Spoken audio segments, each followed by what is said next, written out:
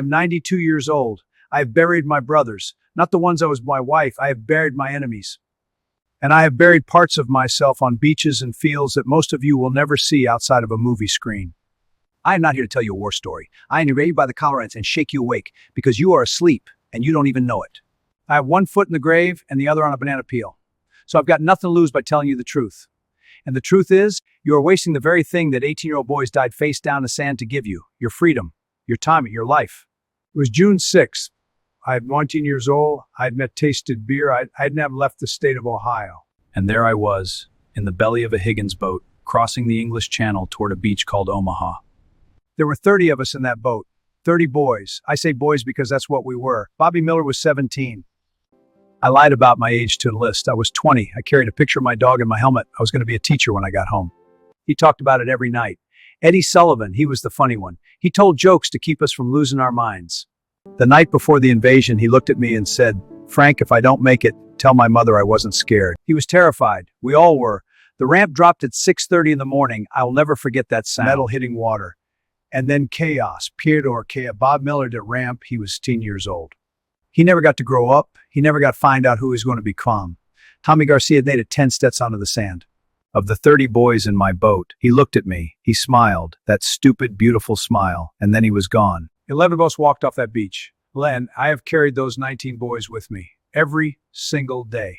So when I look at you now, when I see what you do with your days, I want to scream. You complain about traffic. Bobby Miller bled out in salt water at 17 so you could sit in that car. You complain about your boss. Tommy Garcia took a bullet on a beach in France so you could have that job. You say you're having a bad day because the Wi-Fi is slow. You don't know what a bad day is. A bad day is holding your best friend's hand while he calls for his mother and you both know she's 5,000 miles away and he's not going to make it. That is a bad day. I'm not saying this to make you feel guilty. I'm saying this to make you feel awake. After the war, I came home. 1945. I was 20 years old, but I felt like I was 100. They gave us a parade. People waved flags. They called us heroes. And then they forgot about us. They went back to their lives, and we went back to ours, except we didn't have lives to go back to. We had nightmares. We had trembling hands. We had memories that no parade could wash away. I remember sitting at my mother's kitchen table my first night home. She made me pot roast, my favorite. And I couldn't eat. I sat there staring at the plate, and all I could think was, Eddie Sullivan would have loved this meal. Eddie Sullivan would have given anything to sit at his mother's table one more time. And that thought broke me open. I made a promise that night. I promised Bobby and Tommy and Eddie and all 19 of those boys that I would not waste what they gave me. I would live, not just exist, live. And for a while, I kept that promise. But life has a way of making you forget. I met Eleanor in 1948. She had dark hair and green eyes and a laugh that could stop a war better than any treaty. She was the most beautiful thing I had ever seen. And she chose me. God knows why, but she chose me. We got married. We had children. I got a job, then a better job, then a bigger house. And slowly, quietly, without me even noticing, I started breaking my promise. I worked late. I missed dinners. I told Eleanor, next year, sweetheart, next year we'll go to Paris. Next year I'll slow down. Next year. Next year. The most dangerous words in the English language. Because next year is a check your future self can't always cash. I know that. I watched 19 boys learn that lesson in 6 minutes on a beach in Normandy. And I still fell into the trap. Let me tell you about a night I will never forgive myself for. It was 1965. My son David was 12. He had a Little League championship game, the big one. He'd been talking about it for weeks, and I had a meeting with men in suits about numbers on paper that meant absolutely nothing in the long run of the universe. I told David I'd try to make it. You know what I'll try means to a 12-year-old boy? It means no. But they hold on to it anyway because they love you and they believe in you more than you deserve. David hit a home run that night, his first and only home run. And when he rounded those bases, he looked into the Stands for me. I wasn't there. His mother told me later that the light went out of his eyes. Just for a moment, but I know about moments. I know that some moments last forever. Some moments never leave the room. David is 69 years old now. He's a good man. He forgave me a long time ago. But last year we were sitting on his porch, and he said very quietly, "Dad, I still remember looking into those bleachers." 60 years. 60 years, and that 12-year-old boy is still looking into the stands. That is what absence costs. That is the real price of "I'll try to make it." Eleanor got sick in 2014. Alzheimer's. The cruelest thief there is. It doesn't just take a person. It takes them slowly. It lets you watch. There were days she didn't know my name. She'd look at me like I was a stranger, and I'd sit there, holding her hand, whispering, "It's me, Ellie. It's Frank. We danced at the Crystal Ballroom in 1949. You wore a blue dress. You stepped on my feet and laughed." Some days, something would flicker, just for a second. A little spark behind her eyes, and she'd squeeze my hand. And in that squeeze was everything.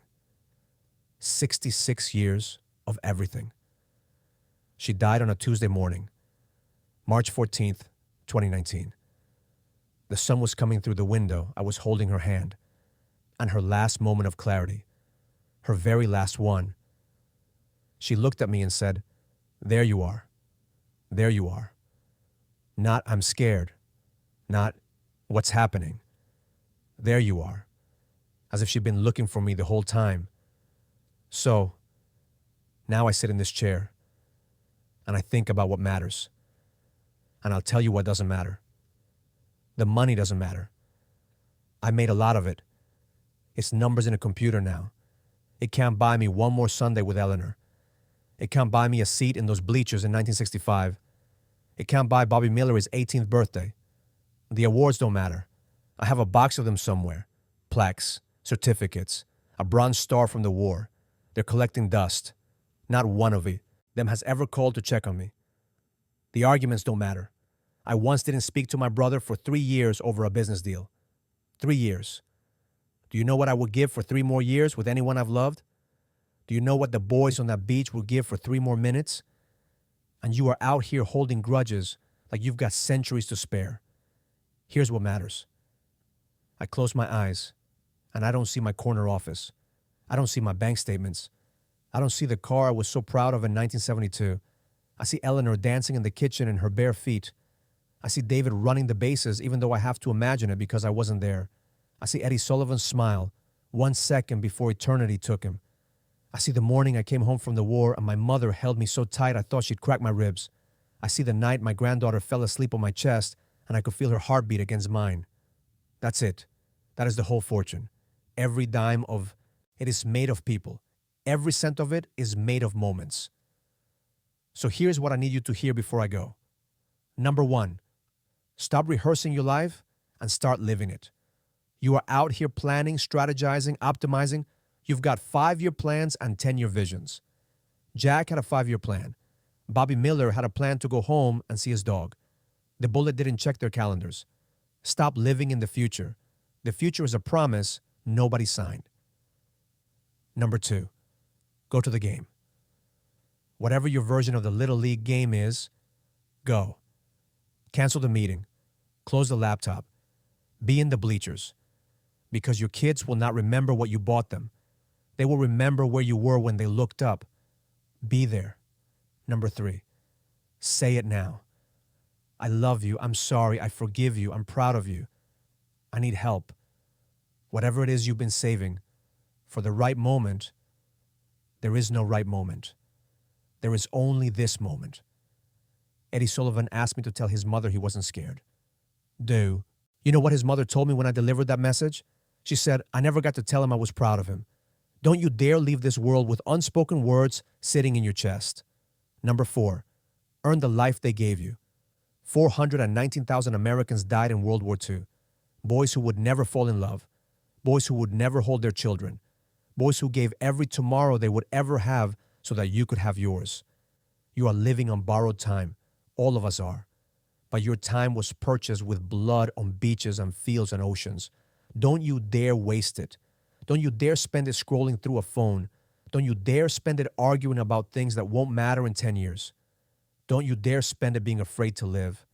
I'm 92 years old. My hands shake. My eyes are tired. The boys from my boat visit me in my dreams. Every night I see them. Bobby with his freckles, Tommy with his lesson plans, Eddie with that damn smile. And they don't say much. They just look at me. And I know what they're asking. Frank, did you live enough for all of us? Most days. I'm not sure I did. But you still can. You still have what they didn't. You still have tomorrow. Maybe. Don't maybe it away. I'm tired now. Go live. For yourself, for the people you love, and for the 19 boys who never got the chance.